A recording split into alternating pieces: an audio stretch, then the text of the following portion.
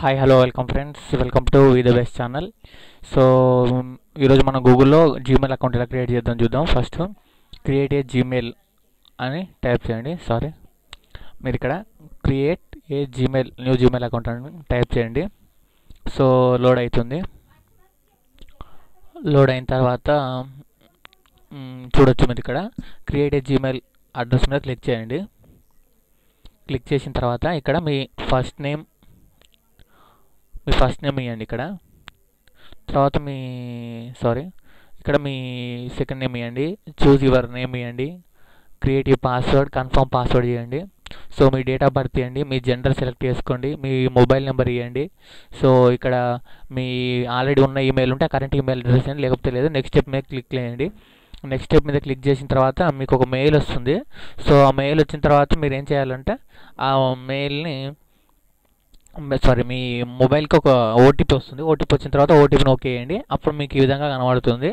So తర్వాత మీరు ఏం చేయండి, మీకు ఇక్కడ కనబడుతుంది. సో మీ ఛానల్ సెట్టింగ్స్ ఇవన్నీ చూసుకోవచ్చు మీరు ఇక్కడ.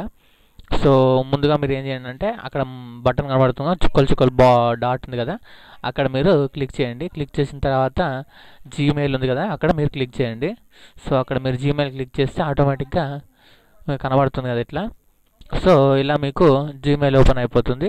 సో మీరు ఇక్కడ చూడవచ్చు జీమెయిల్ మీకు ఆల్రెడీ క్రియేట్ అయిపోయింది. సో మీ జీమెయిల్కి సంబంధించి ఫుల్ ఇన్ఫర్మేషన్, ప్రైమరీ, సోషల్, ప్రమోటింగ్స్ అన్నీ ఇక్కడ ఉంటుంది.